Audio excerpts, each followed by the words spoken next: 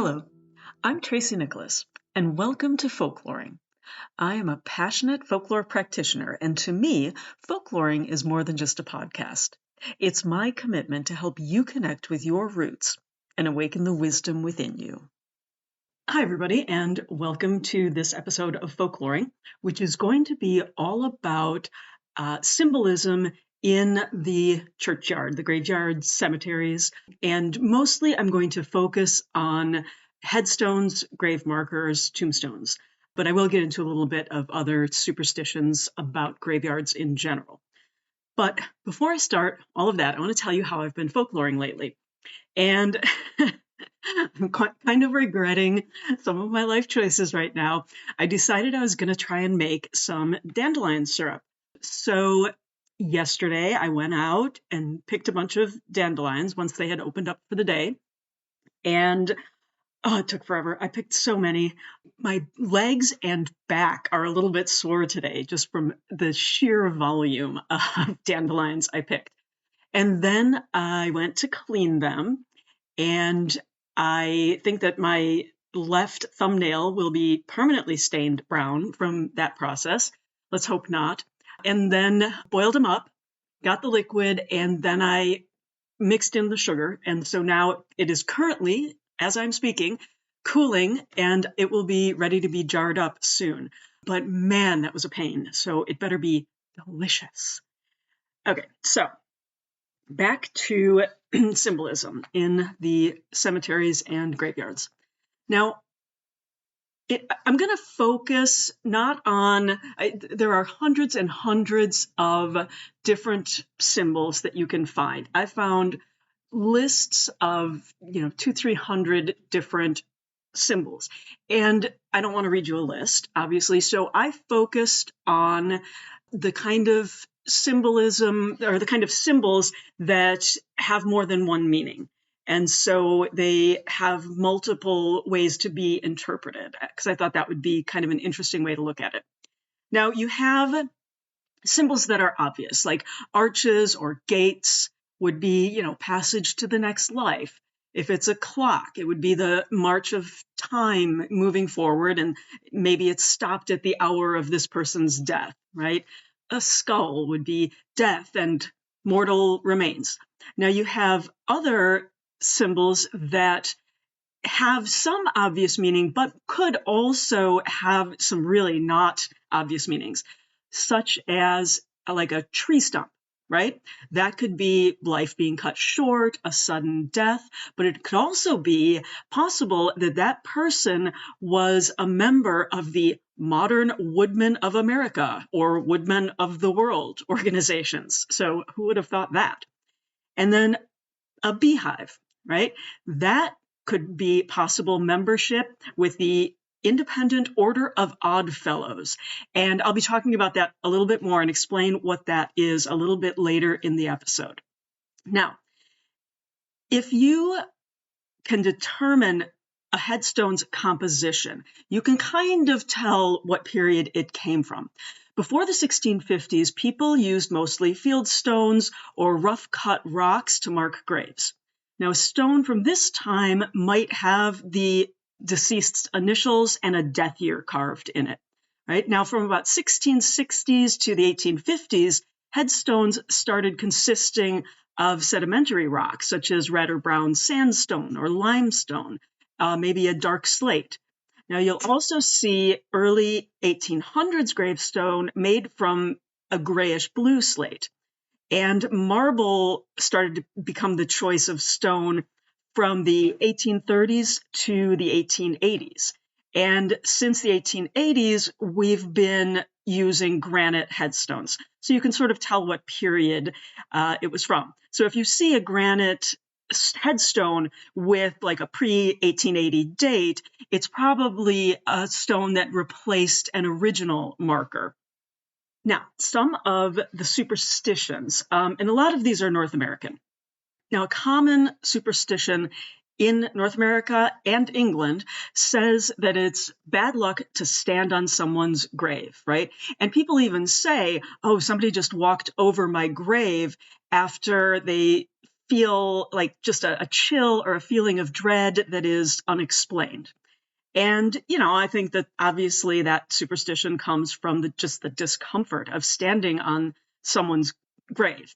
And in the Victorian era, it was really common to stumble onto graves whenever new construction projects started, since most burials took place on private property. And so, today people still refuse to walk on the grave for fear of disrupting the dead. Now, another superstition in both North America and England is that open graves are unlucky. They shouldn't stay open overnight.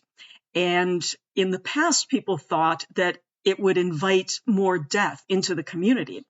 Now, it could also be just sort of a practical warning, since, a big hole in the ground when it's dark out and somebody's wandering by, that could be very, very unfortunate. Now, weirdly enough, walking by an open grave was also seen as a way to cure common health problems. And being near or even in an open grave, yikes, was thought to cure illnesses like toothaches, boils, incontinence. Another common superstition is holding your breath when you pass by a cemetery, because if you don't, you risk breathing in the soul of someone who died. Now, there's a lot of conflicting origin stories with this superstition related to God breathing life into Adam from the Bible. But, throughout human history, breath has been associated with life and spirit. So people still hold their breath when passing a cemetery for fear that they'll take on the soul of someone who recently passed. Now, flowers on a grave. Regardless of whether the burial took place in public or private, you should pay close attention to the flowers on the grave. Now, if wildflowers appeared naturally, it was thought that the deceased was a good person who went to heaven. On the other hand, a dusty grave with weeds that were growing probably was going to hell. Now, today, most people have abandoned this particular superstition, but people still put flowers on the graves as a sign of respect, maybe as a sort of throwback to, if you have flowers, you are going to heaven. Now, there were headstones that would prevent the dead from rising. In the 1500s, these stones weren't just a way to mark the graves, headstones weren't a way. They were laid to prevent the deceased from getting up and walking away. And in Christianity, right, there's an idea that the faithful will rise up when Gabriel blows his trumpet. However, in the 1500s, Europeans were worried that Christians would do this too soon. And so, according to a popular superstition at the time, headstones were placed over the feet to keep them from getting up until it was time. And there are even accounts of cutting people's feet off to ensure that they couldn't walk away from the burial space until it was time for resurrection. So, another superstition is to not point at graveyards. And, a lot of places, graves are sacred spaces, and they're often thought of as a place where the spirits reside. So in Hawaii, don't ever point at a graveyard or a tombstone, because if you do, the locals believe that a spirit will latch onto you. Not only that, they won't ever let go, and you'll be stuck with this spirit for the rest of your life. Now, there is another one that is called tuck your thumbs. And hand gestures around the world, they vary pretty widely. So, you have to be careful what hand motions you're doing when you're not in a place that's familiar to you and where you understand what, common superstition and practices are. So in Japan, there is a connection between the word thumb and death. And in Japanese, they sound very similar, right? And because of this sort of tricky, very close sounding word, the Japanese tuck their thumbs under. So they, tuck them under their fingers when they enter a cemetery. And that's to protect one's parents from an untimely death, because the word thumb literally translates to parent finger. So you don't want your parents to die in an untimely way. So I want to get to some of the symbols that are actually carved onto tombstones or statues that are used with tombstones. And the first one I want to look at is angels. Now, angels are, of course, the agent of God, and so many times they'll be seen pointing toward heaven, and they symbolize spirituality, guardianship of the dead, and they're shown in lots of different poses. So if you see an angel with a sword, it's probably Michael. Gabriel is depicted with a horn. And so, those are possible. If you see an angel who is blowing a trumpet, or perhaps even two trumpets, that represents the day of judgment. And so that goes back to what I was saying about the resurrection. That's the call for resurrection that's symbolizing. Now, if an angel is carrying the departed soul like a child in their arms, or as a guardian embracing the dead, that's sort of like showing that that child or that person is going to heaven, and the angel is taking them. If an angel is weeping, does not mean that it is going to attack you if you blink. No, what it means is that it's grief and mourning, and probably signifying an untimely death. If an angel is dropping flowers, that again may signify grief, mourning, but as I said earlier, pointing to heaven can signify rejoicing, right? And if it's a cherub, they're obviously angelic creatures, but that's probably going to be the grave of a child. And they symbolize divine wisdom or possibly justice.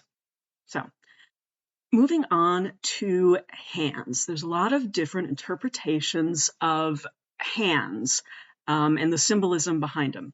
Now, there's something called the Manus Dei, which is the hand of God. And if a hand is held upright with the first two fingers together, that's the Manus Dei. And it's meant to bestow blessings upon the living, and often marks the grave of a member of the clergy. Now, another form of Manus Dei occurs when the first two fingers, along with the pinky, are held up while the ring finger is held down by the thumb. In this case, the three upright fingers stand for the Holy Trinity. Okay, so if a hand is pointing up, the hand is letting us know that that person has gone to heaven above, just like in the angel example earlier.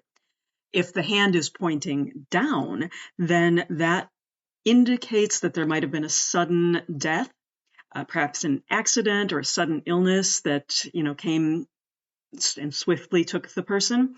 It can also, however, mean that God is reaching down for the soul to help the person up. A hand by the neck represents martyrdom and sacrifice. Now, a hand with a heart in the palm, hands are often associated with giving, and a hand with a heart in the palm symbolizes charity and generosity. And it is often connected to the International Order of Oddfellows, which I mentioned earlier, and I'm still going to tell you about that, but still later in the episode. Now, we have something called the marital handshake, and in certain cases, you can tell in a handshake the gender of the hands, because back in the day, the cuffs would be very different. So you'd look at the cuff and you could tell that it was, male and female. And then in that particular case, that handshake symbolizes the marital union. Now, if you have a handshake with limp fingers, if the limp fingers of a deceased person are firmly gripped by another hand, that means they're being gripped by like a relative or a friend, maybe an angelic being, possibly even God, welcoming that soul into heaven.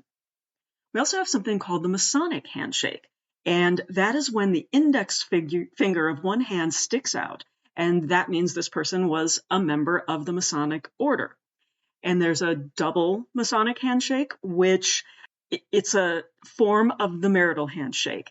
And each party's index finger sticks out to indicate that he was a Mason and she was in the Order of the Eastern Star, which is like the female auxiliary of the Masons. Now we come to my favorite, the Cohen hands. And so if you're a fan of Star Trek, you might be surprised if you're in a cemetery or a graveyard to see a pair of hands seemingly giving the live long and prosper gesture that Spock uses. Now, this is not a coincidence.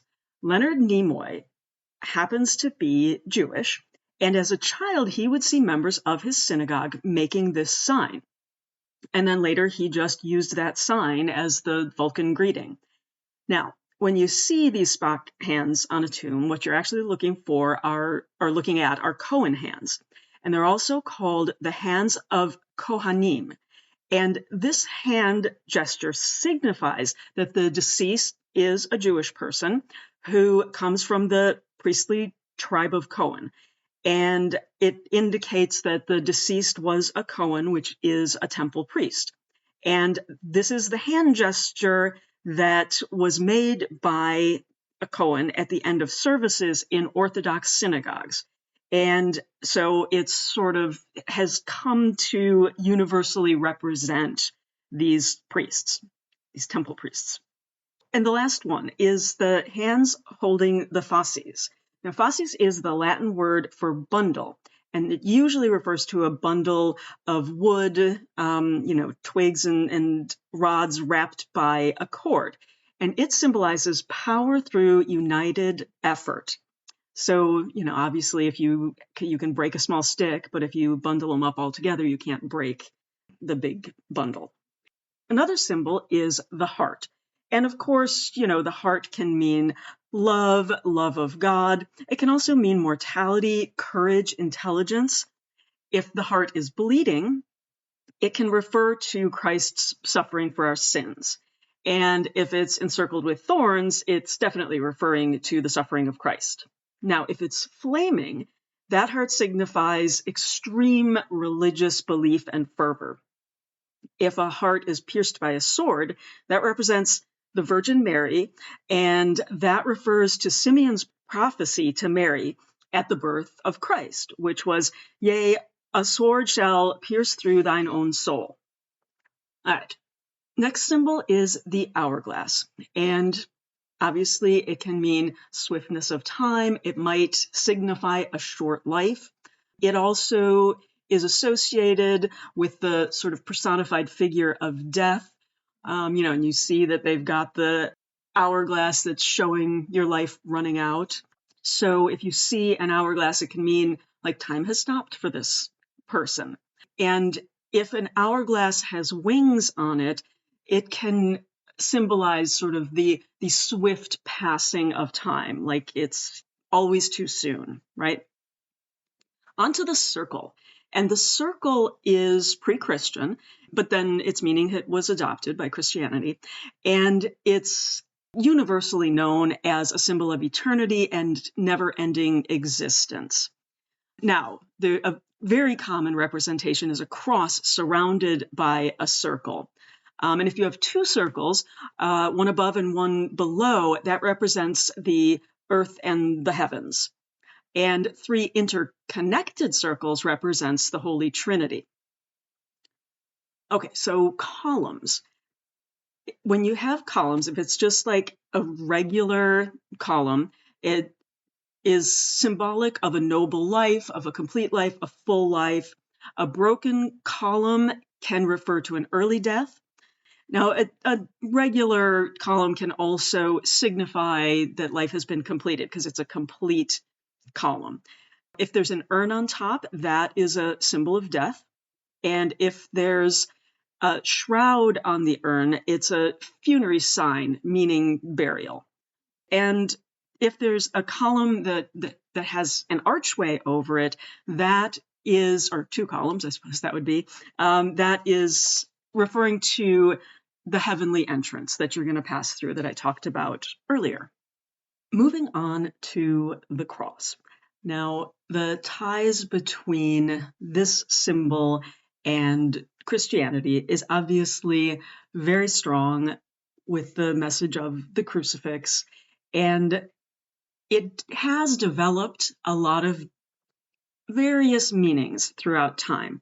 It can mean love, faith, goodness. It can also represent terror or fear, like burning of crosses on people's lawn, to send a message that they weren't welcome or that they were in danger. So there's a lot of different types of crosses. I'm going to just go through a few specific ones, and these are all pretty common in North America.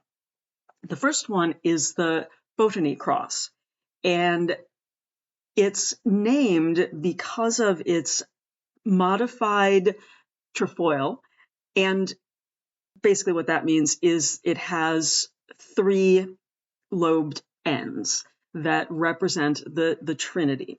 And so the terminating arms, at least the 2 sides and the top, sometimes the bottom as well, if it's like a pendant or hanging, they'll have like a little cluster of like 3 overlapping circles. And that represents the Trinity. So that's one type. And then there's a Calvary cross, which is a Latin cross, and it stands on 3 steps or 3 blocks, and that represents faith, hope, and love. And occasionally love is replaced by charity. Then there's the Celtic cross, and it has a circle around it, right? And around the cross piece, and that symbolizes eternity. And the origin of this obviously can be traced back to Celtic cultures from the British Isles. And there's a legend on how St. Patrick was preaching to some heathens that he was trying to convert. And he was shown a sacred standing stone that was marked with a circle that was symbolic of the moon goddess. And so Patrick made the mark of a Latin cross through the circle and blessed the stone, thus making the first Celtic cross. Now, it is said to serve as a symbol of unity and eternity, and it represents the Father and the Son and the Holy Spirit. And so it keeps going back to that Trinity. And this was apparently a very common theme of St. Patrick's preaching. Now we have the Eastern Cross, which is used in like Orthodox Greek Christian religions. And this cross, the upper horizontal part, represents the inscription over the head of Jesus, and the lower slanting shoulders of it kind of represent the footrest of the crucified Jesus. Then we have a Gothic cross, and this is a flowered cross, and it symbolizes the adult Christian. There's something called the Ionic cross, which is similar to the Celtic cross, but its ends flare outward. And the iconic cross signifies salvation, love, and glory. And we have the Latin cross, one of the oldest symbols of Christianity. And, it was simple in design, most used form, and, it's the just simple cross that you think of. Now, if there is a cross with a crown, that symbolizes victory with Christ over death. So, you've moved on to the afterlife. Christ has taken you to heaven. If there is a cross with an anchor, that is also Christian symbolism, referring to Christ as hope we have as an anchor of the soul, both sincere and steadfast. And that's from Hebrews 6:19. So, although I could do an entire episode, probably multiple episodes, about plant symbolism in the church and the graveyards, I decided to focus on the rose because there's a lot of symbolism around the rose, and I wanted to kind of go through those. So the rose represents love, beauty, unfailing love, hope, associated with the Virgin Mary, who's referred to as the rose without thorns. A red rose symbolizes martyrdom, A white rose can symbolize purity and virginity. Now, if the rose is at different stages of bloom, this can indicate the person's age at time of death. Now, if it's just a bud, that's generally a child 12 years and under. If it's a partial bloom, it's generally a teenager, and a full bloom is the sort of prime of life, right? Now, if the rosebud is broken or crushed in some way, that means that it was a life cut short, and it was usually found with a young person's grave. Now, if there's rosebuds that are joined, that means that there was a very strong bond between two people, like a mother and child who died at the same time. If there are several rosebuds on the same stalk, that refers to secrecy. And if it is a rosette, that symbolizes the Lord and messianic hope, promise, love. And if it's a wreath of roses, that is beauty and virtue rewarded. Okay, moving on. There are also, finally getting to what I've been promising you. So there, you will sometimes find initials and acronyms that are carved onto gravestones. And some of those, there's one that is AAONMS, which is the Ancient Arabic Order of the Nobles of the Mystic Shrine. And that's Masonic. Those are both a big mouthful. I feel like they maybe could have found something a little shorter. Then we have AASR, which is Ancient and Accepted Scottish Rite, and that is as well Masonic. We have BPOE, which is Benevolent and Protective Order of Elks. And I had an Elks Club in my town growing up, but my parents decided to join the Moose Club instead. But they do very good work with orphans, so no slam on either the Elks or the Moose Clubs. Then we have the FOE, which is the Fraternal Order of Eagles. We have the K of C, which is the Knights of Columbus. And finally, I get to it. You will see in some places FLT, and it'll be in 3 links of a chain. And that stands for friendship, love, and truth. And it is the symbol of the Independent Order of Oddfellows, which is a fraternal organization. It's also sometimes known as the 3-link fraternity. And it's a benevolent society that originated in England in the 1700s. And they too take care of widows and orphans. And in general, they do good works. So that's where the Independent Order of Oddfellows comes from. So at this point, you might be thinking, but Tracy, this is all symbolism. How do we incorporate that into folkloring in day-to-day life? Well, I've got a couple ideas for you. You can go to a graveyard and wander around, look for the symbolism around you. You can even get a walking tour guide for a local cemetery.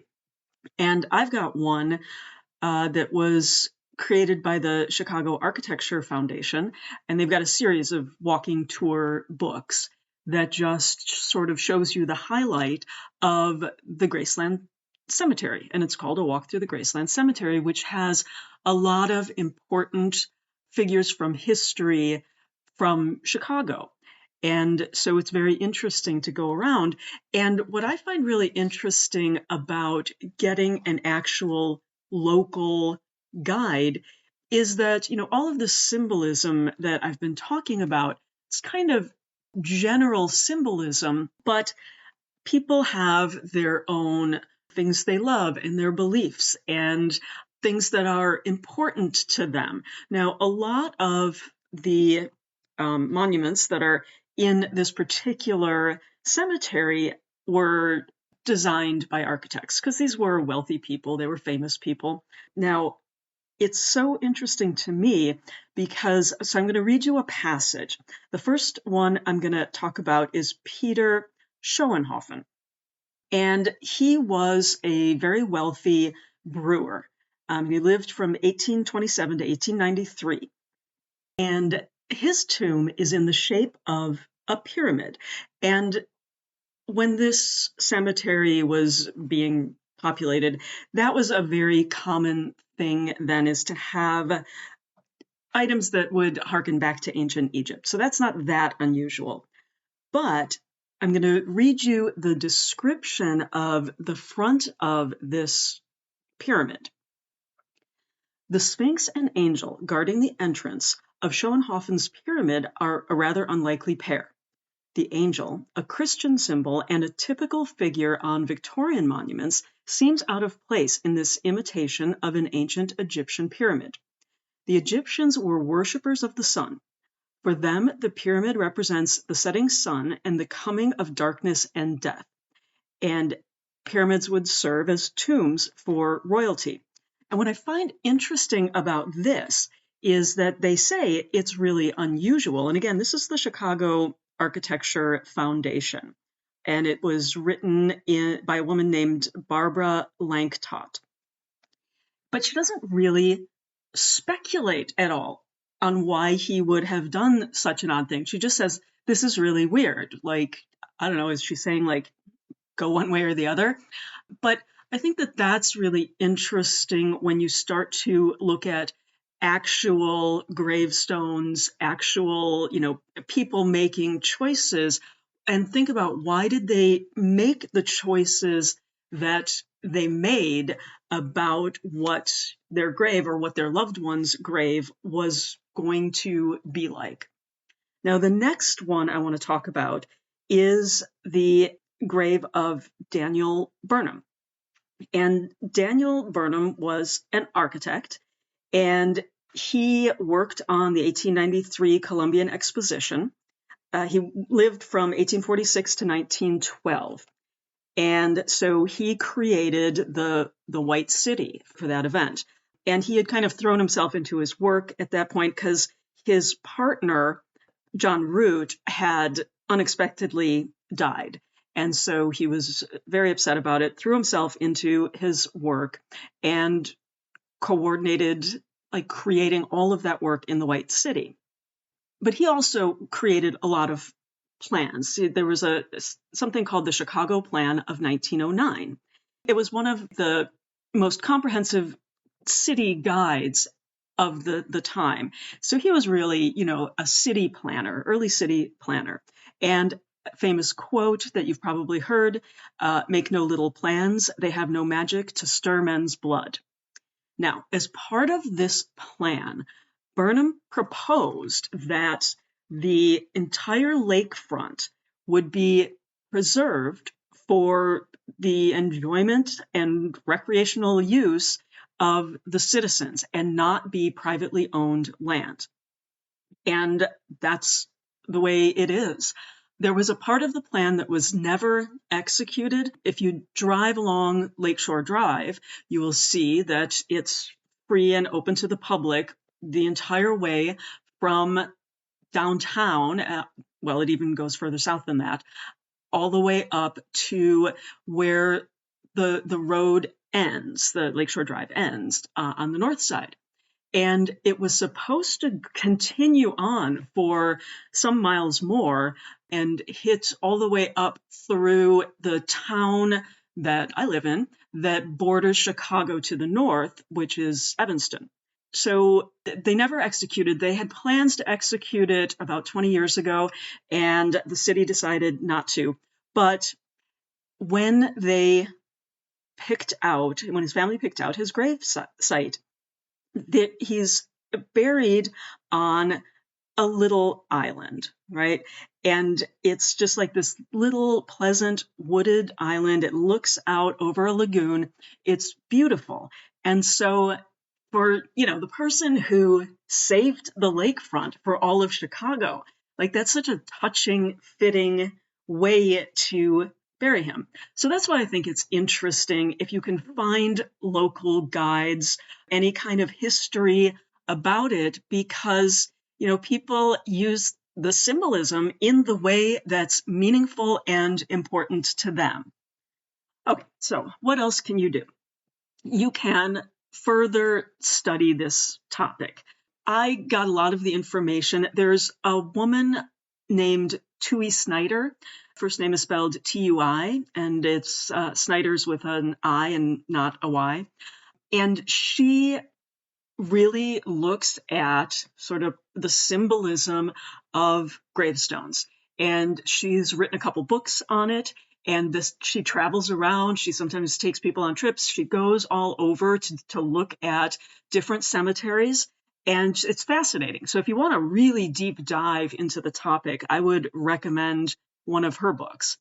Now, you can be like me when I was a teenager and went on the obligatory, at least in my group of friends, photo shoot at the graveyard and, looked all moody in front of gravestones. So if you wanted to do that, that's open to you.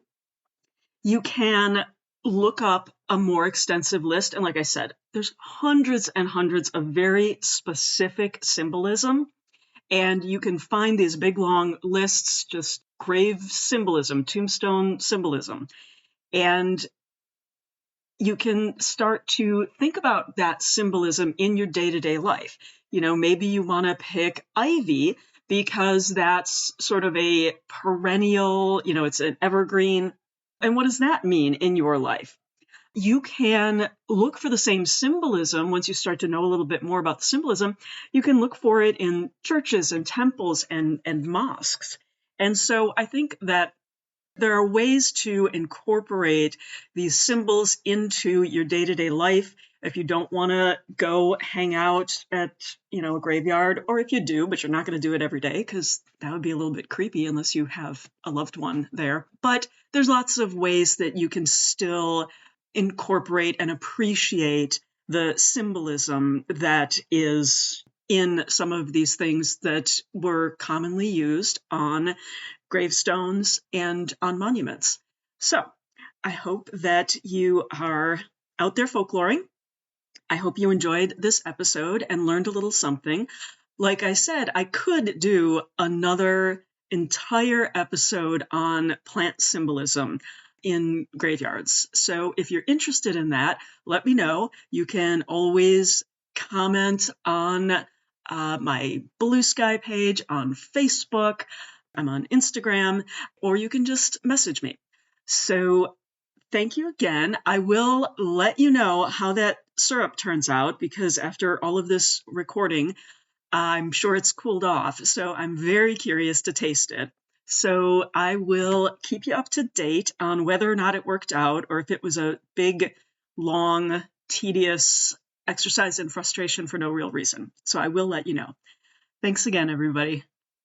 As always, thanks for listening to Folkloring. If you liked what you heard, please consider leaving a rating and review. And don't forget to subscribe on your favorite podcast app so you never miss an episode. If you have any questions or comments, or would like to suggest a topic for a future episode, please email us at folkloringpod@gmail.com or message us on Facebook or Instagram. Other places you can find me are at the Folklore Podcast as the theater, film, and storytellers correspondent, or creating folklore-inspired games at madmenandheroes.com. Stay curious, stay connected, and keep the traditions alive. And I hope that wherever you are, folklore is making your life more magical.